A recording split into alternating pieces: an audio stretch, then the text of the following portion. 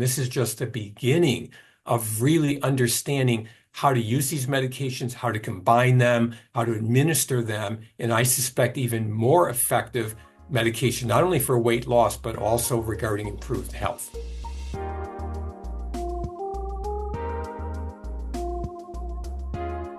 Welcome to Off the Chart, a business of medicine podcast featuring lively and informative conversations with healthcare experts, opinion leaders, and practicing physicians about the challenges facing doctors in medical practices. I'm your host, Keith Reynolds, and on this episode, we're featuring a conversation between medical economics senior editor Richard Payerchin and Dr. Robert Kushner, a professor of medicine and medical education at Northwestern University. They're talking about the latest advancements in treating obesity and how physicians should approach the drugs making a splash across the industry.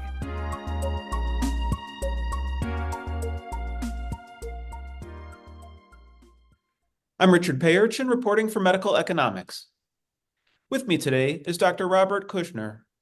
He was the longtime director of the Center for Lifestyle Medicine and is a current professor of medicine and medical education at Northwestern University.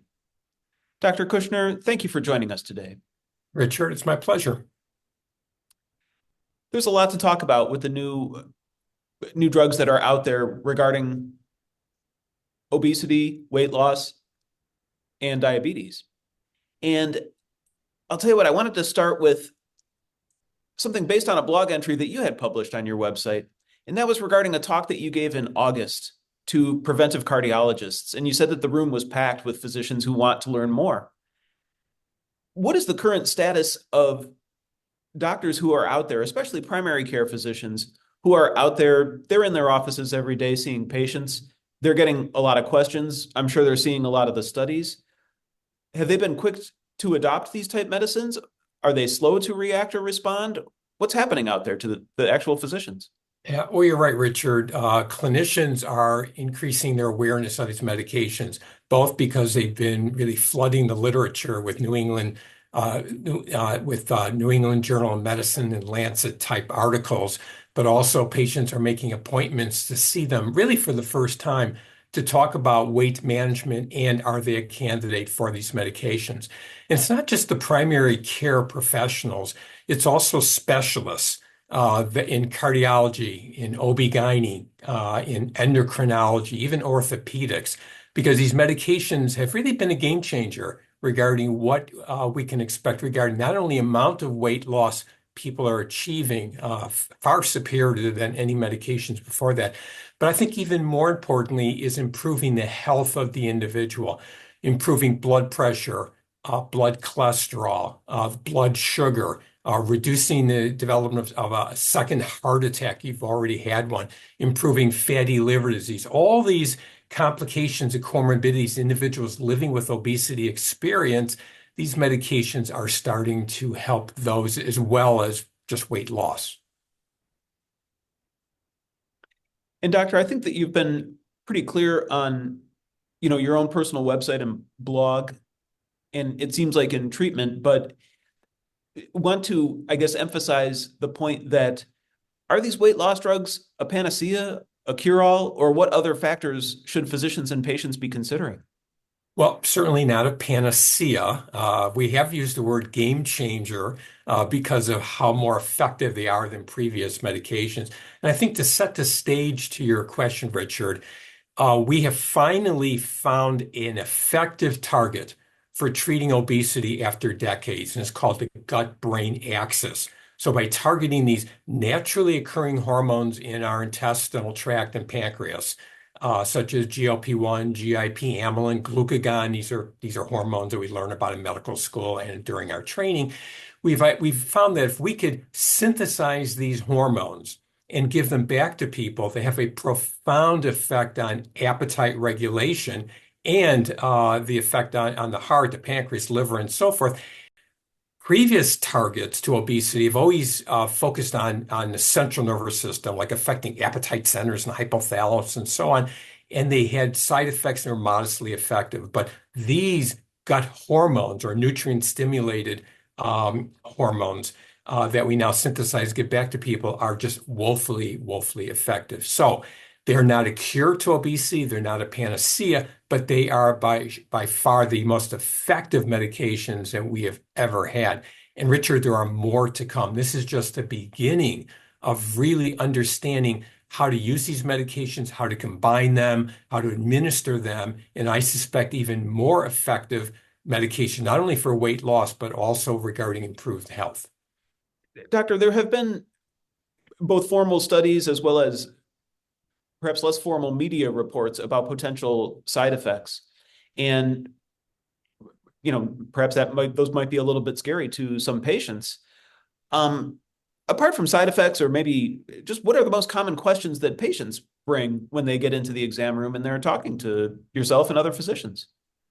I think because of the social media and the role of influencers and the hype around these medications, there's a story about them almost every week, if not more than once a week.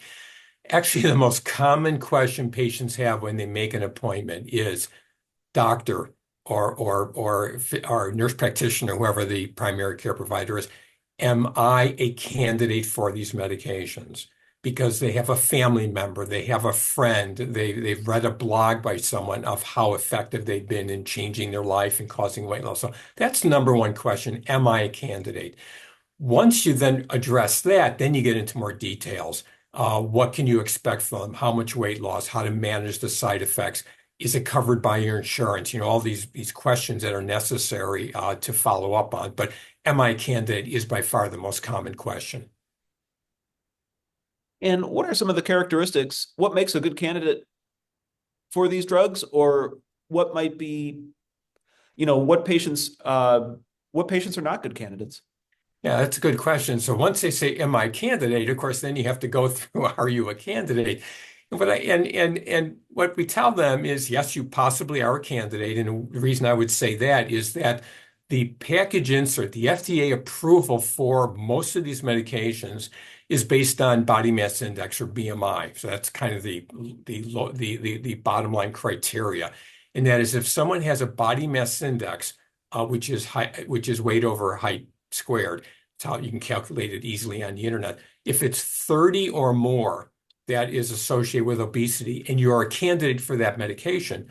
Or if your BMI is 27 or more with a complication like diabetes, hypertension, high triglycerides, sleep apnea, those types of things, you are also a candidate. So that is really a low bar to be a potential candidate for these medications. If you think about a typical individual in the United States, over 40% have obesity, just statistically like that.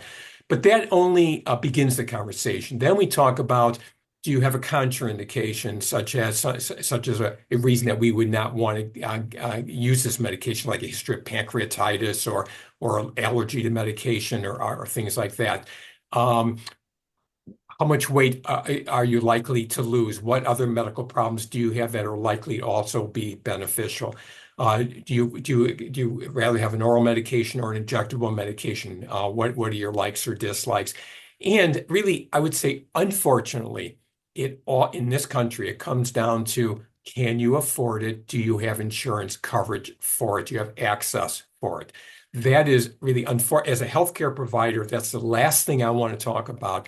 But unfortunately, it's really the bottom line. Can you get it? Can you afford it? And is it covered? Our magazine, of course, is Medical Economics, and I want to get into the cost factors momentarily here. But I had seen online that you were involved with a seminal study working with semaglutide, and I didn't know, what are the actual medications that you yourself have prescribed to patients? Well, I've been in practice for over 40 years, so if you could think of the medication, I've prescribed it. And I still prescribe many of the medications, if not all, that are available in the U.S. market. However, because the newer medications, these nutrient-stimulated hormone-based therapeutics, which are semaglutide and tirzepatide, liraglutide also is in that category, but it's less effective because it's every day and the overall weight loss is less. We typically we try to use those medications more often because they're more highly effective. But then we get into the coverage point of view. If they are not covered, then we'll often make the decision based on cost.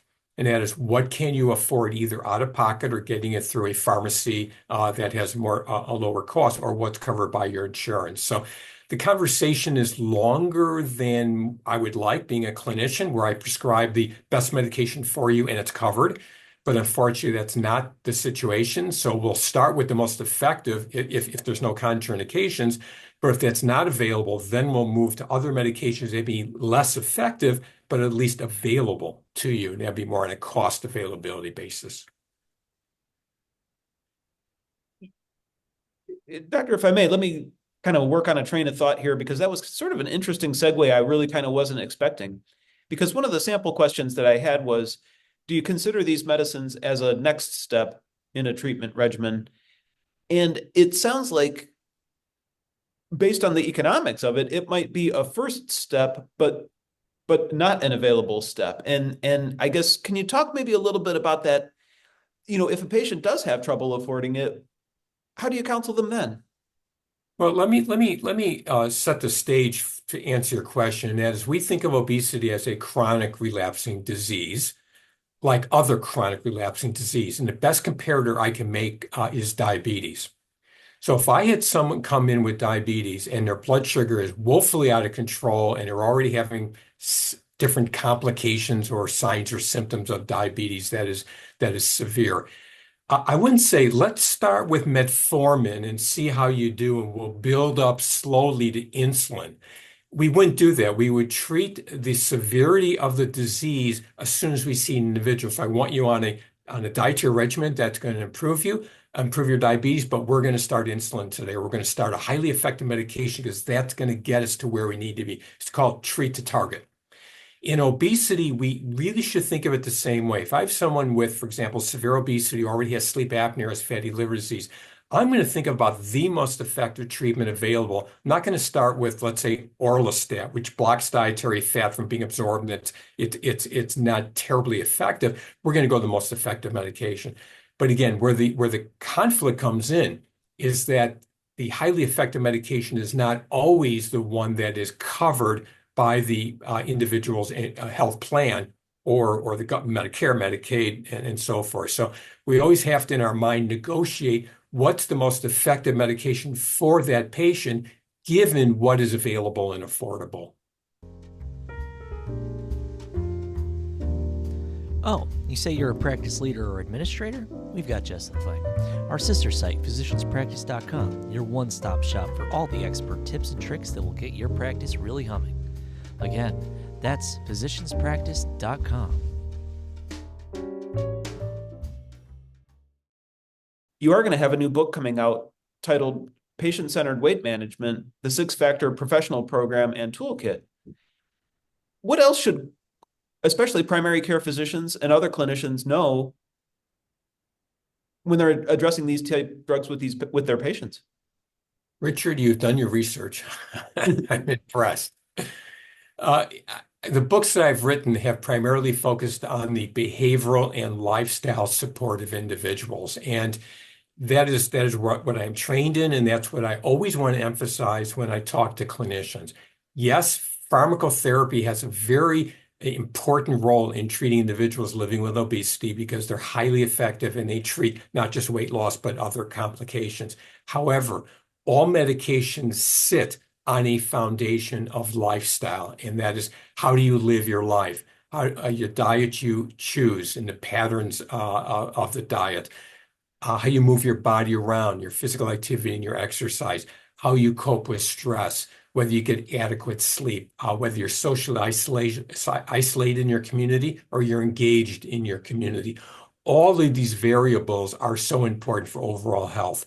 And I'll give you a good example. If I give you a medication that reduces your appetite, and that's how these medications work, and you feel less hungry or full sooner, that doesn't necessarily teach you how to eat healthfully, how to choose a pattern of diet with fruits and vegetables and whole grains and reduced and ultra processed foods. You don't know that. It doesn't come with a package insert or a guide. So if I can help someone manage their appetite, I then come in and give them a foundation of how to eat healthier, given the reduction in appetite. And in addition to that, we're going to talk about how to move your body around more, how to deal with stress, how to sleep more healthfully. So that's really what my books are about. In the book you mentioned, is a practitioner's guide to another book I wrote, which is Six Factors of Fit, which is all on a phenotypic presentation of individuals when they see you in the office and how you can quickly identify what those targets are when it comes to behavioral change.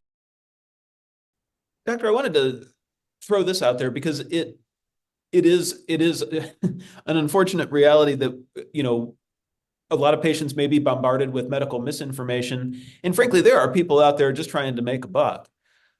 With the proliferation of fake semaglutide and other counterfeit forms of these drugs, what's the best way for physicians to talk to patients about avoiding scams and, frankly, potentially putting dangerous substances into their body? Mhm. Well, certainly there's no role for counterfeit medications. Those are illegal and you should stay away from them entirely. However, the hottest issue is compounded pharmacies and compounded medications, which are really proliferating because of a time of shortage of the trade name medications. And I just want to emphasize that compounded pharmacies are approved and can be used in times of shortage. The FDA actually supports that. And that's why compounded pharmacies and compounded medications are available, because the FDA has deemed the two trade medications for semaglutide and tirzepatide as shortage. So if you are going to be taking a compounded medication or prescribing one, if you're a prescriber, you need to know where that active ingredient is coming from. You have to understand what pharmacy is actually compounding it. Do they have good manufacturing practice? Do they have quality assurance?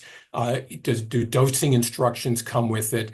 Have there been any side effects or safety concerns coming out of that pharmacy? And that all makes sense. But in reality, what patient and what provider has that kind of time and skill and literacy to actually do all that research? So it becomes very, very conflicting. I am very concerned about using compounded pharmacies because the number one issue is safety. And when I am asking someone to draw up in a needle and syringe a pharmaceutical product and inject it in them, which is what's done, I'm very concerned about safety if I don't know what the brand name is. So it is approved, but know what you are actually using.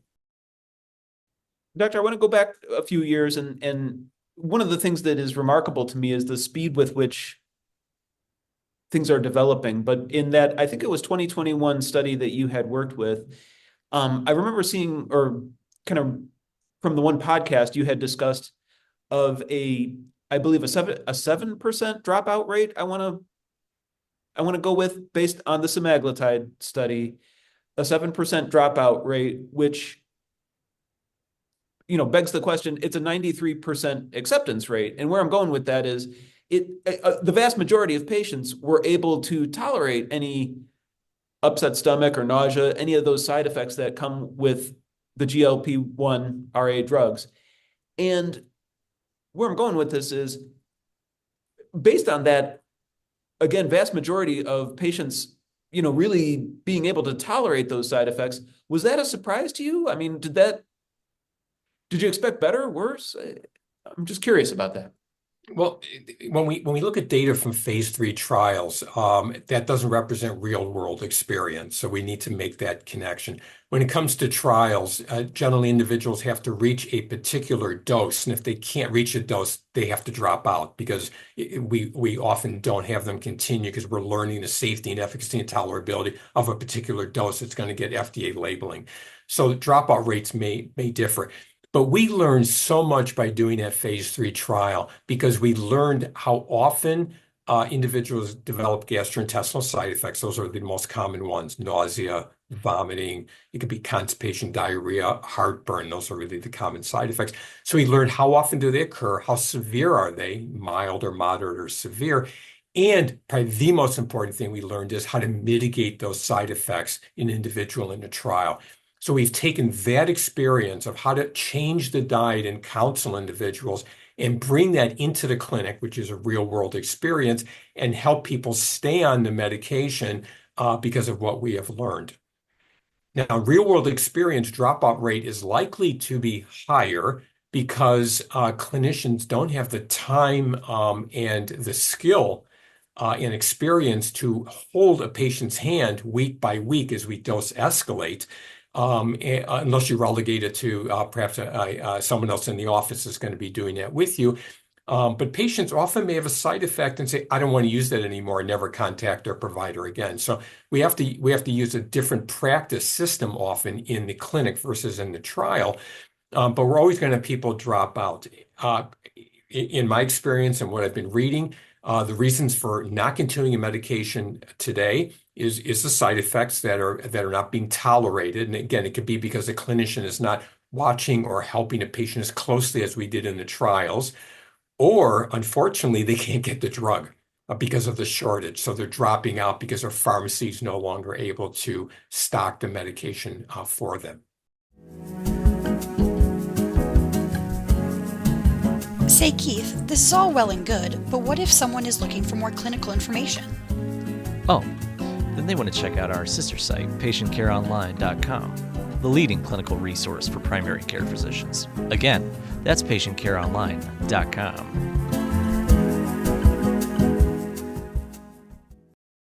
We're a few years out from that 2021 study. What about 5 years from now, 10 years from now? What are do you have any concerns about long-term main effects or side effects?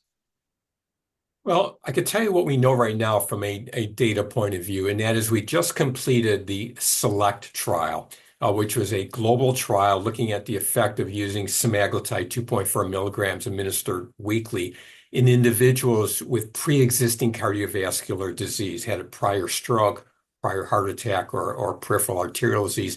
And the question is if we use semaglutide, can we reduce the occurrence of a secondary event, like a second heart attack or a second stroke or cardiovascular death? And the results of the study were very positive. The very first time ever that we saw that a drug that's approved for weight loss can significantly reduce MACE, which is major adverse cardiac events, in this population. So that's a separate story. It actually led to a difference in the labeling for the drug by the FDA. So instead of a BMI threshold, which we talked about earlier, Richard, now it just says someone with obesity with existing cardiovascular disease. So they threw out BMI, which was wonderful. But the question you asked is safety concerns. So SELECT is the longest trial we have where individuals are on these medications out to 4 years. So that's the longest that we have with this high dose of semaglutide. And we did not see any untoward side effects that we did not anticipate, mostly GI side effects. But the other thing that I rely on regarding this is that these drugs, particular semaglutide, has been available since 2017 under a different trade name for diabetes and used globally in hundreds of thousands of individuals. And we have not seen a serious adverse event or safety concern with a lower dose of semaglutide used now for 7, 8 years. And since 2001, of course, same drug, but a higher dose. So as you know, we have post-surveillance mechanisms that the FDA requires where individuals upload or report safety concerns. And if enough safety concerns are reported, then they do a deeper dive into looking at causality rather than just correlation. And as of now, we have not seen that. And Doctor, you touched on this, I think, at the start of our conversation here.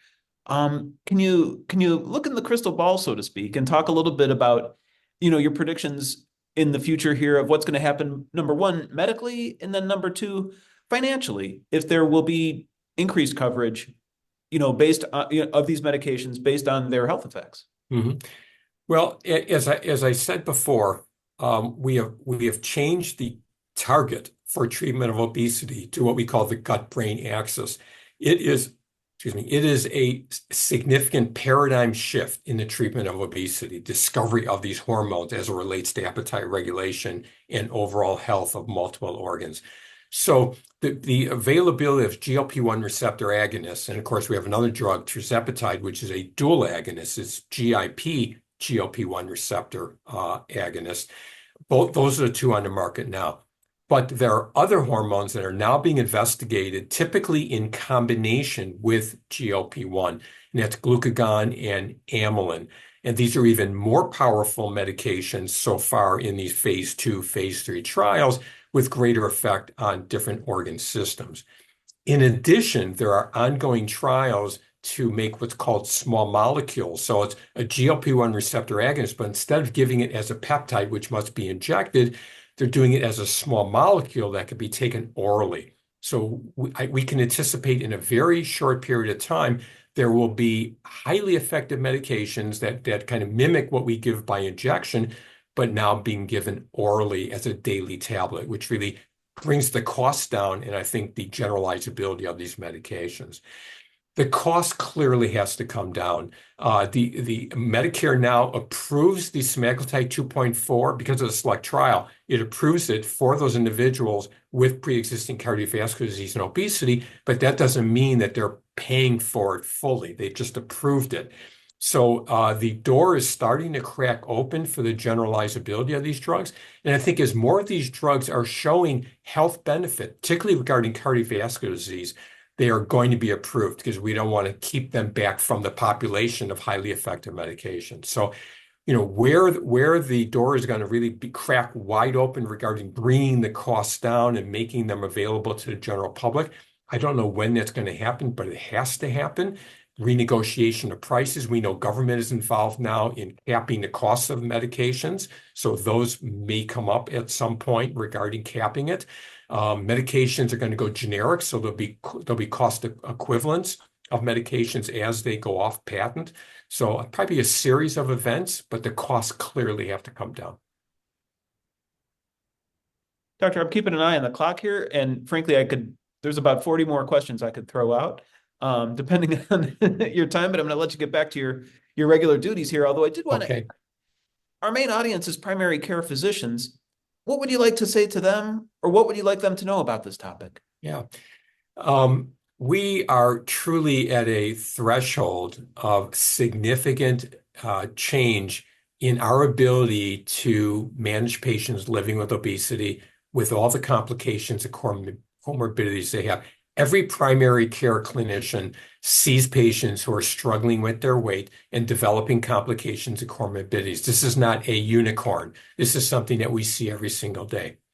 And what I would say is that the effectiveness and availability of these medications will probably remain on the shelf if you don't become familiar and competent with how to use these medications combined with lifestyle management. Now, that could be a heavy lift for many clinicians who were not trained in obesity during medical school or during their professional school. But you have to become familiar and competent and be proactive in managing your patients. Otherwise, your patient will not get the benefit from it, and these medications will not be used as intended, and that is across the population for those would be benefited from their use. You know what, Doctor, thank you for taking the time here. I really enjoyed our conversation, and I hate to feel like I'm cutting you off, but like I said, I'll let you get back to your regular duties, and especially because you had to rearrange your schedule. So thank you so much. Oh, thank you, Richard. I appreciate it.